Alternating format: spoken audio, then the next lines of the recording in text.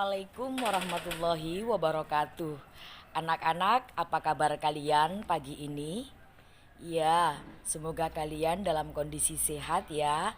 Anak-anak, pagi ini udara terasa segar sekali.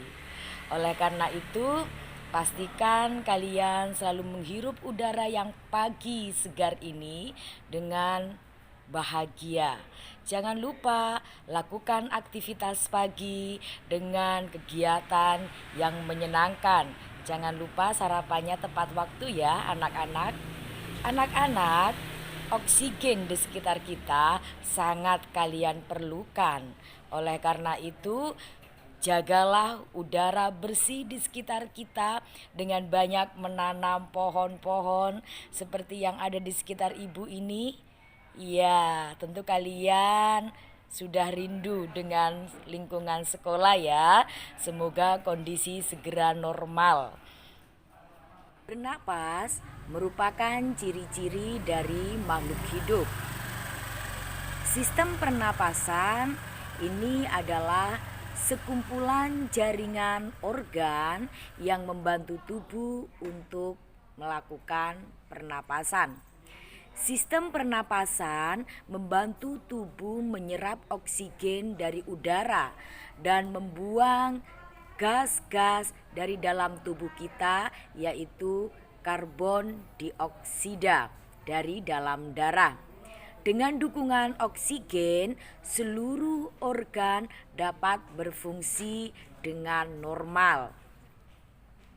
Nah, anak-anak, apa sih fungsi dari sistem pernapasan? Fungsi dari sistem pernapasan diantaranya membuat kalian bisa berbicara dan merasakan bau-bauan. Kemudian mengalirkan udara sesuai suhu tubuh dan melembabkan sesuai kondisi tubuh. Yang ketiga, melindungi saluran udara dari zat berbahaya dan iritasi. Untuk menjalankan beragam fungsi sistem pernapasan tersebut, tubuh membutuhkan sinergi organ-organ pernapasan. Bagaimana sih sistem pernapasan manusia itu bekerja? Nah, saat kalian menghirup oksigen melalui hidung dan mulut, oksigen itu berjalan ke belakang tenggorokan, lalu masuk ke trakea dan masuk ke bronkus. Setelah melewati bronkus, oksigen akan menyebar ke saluran yang bernama bronkeolus. Kemudian oksigen itu akan memasuki bagian yang di ujung disebut dengan alveolus. Tubuh manusia sendiri memiliki ratusan juta alveolus.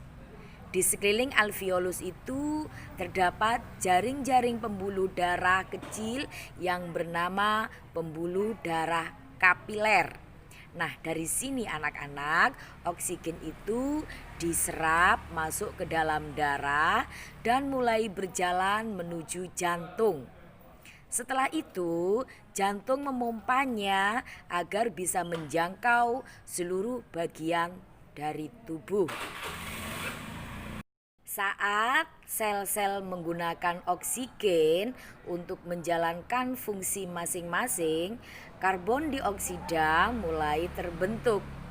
Gas tersebut akan masuk ke dalam darah menuju paru-paru untuk kemudian dikeluarkan melalui hembusan napas. Sistem pernapasan manusia terdiri dari susunan organ yang memiliki fungsi dan tugas masing-masing. Di antaranya apa itu anak-anak? Ya, mulut dan hidung. Lubang yang digunakan di hidung itu untuk menarik dan melepaskan udara saat terjadinya proses pernapasan. Kemudian ada sinus, yaitu area berongga yang ada di bagian tengkorak kepala. Fungsi dari sinus ini adalah mengatur suhu tubuh dan tingkat kelembaban yang ada di tubuh. Kemudian ada silia. Apa itu silia? Rambut kecil di rongga hidung. Ternyata silia ini berguna untuk menyaring udara yang akan masuk ke dalam tubuh kita. Selanjutnya adalah laring. Laring atau disebut juga dengan kotak suara. Bagian tubuh dalam laring ini akan menghasilkan suara dari pergerakan udara. Nah, selanjutnya adalah faring. Apa itu faring? Faring adalah tenggorokan, yaitu tabung yang mengalirkan udara dari mulut atau hidung ke trakea atau ke batang tenggorokan. Nah, trakea sekarang adalah bagian yang menghubungkan antara tenggorokan dengan paru-paru. Selanjutnya anak-anak ada epiglotis. Apa itu epiglotis? Yaitu bagian penutup di ujung trakea yang berfungsi agar tidak ada makanan, minuman yang masuk ke dalam saluran pernapasan. Kalau sampai ada sedikit saja makanan yang masuk ke dalam saluran pernapasan, tentu sangat berbahaya ya. Nah, anak-anak, selanjutnya adalah tabung bronkial atau bronkus. Di dalam bronkus ini, tabung bagian paling bawah dari tenggorokan atau trakea yang menghubungkan ke setiap paru-paru, baik yang di sebelah kanan maupun di sebelah kiri. Selanjutnya iya benar, paru-paru itu organ paling penting ya dalam sistem pernapasan kita. Berfungsi untuk menyalurkan oksigen menuju jantung.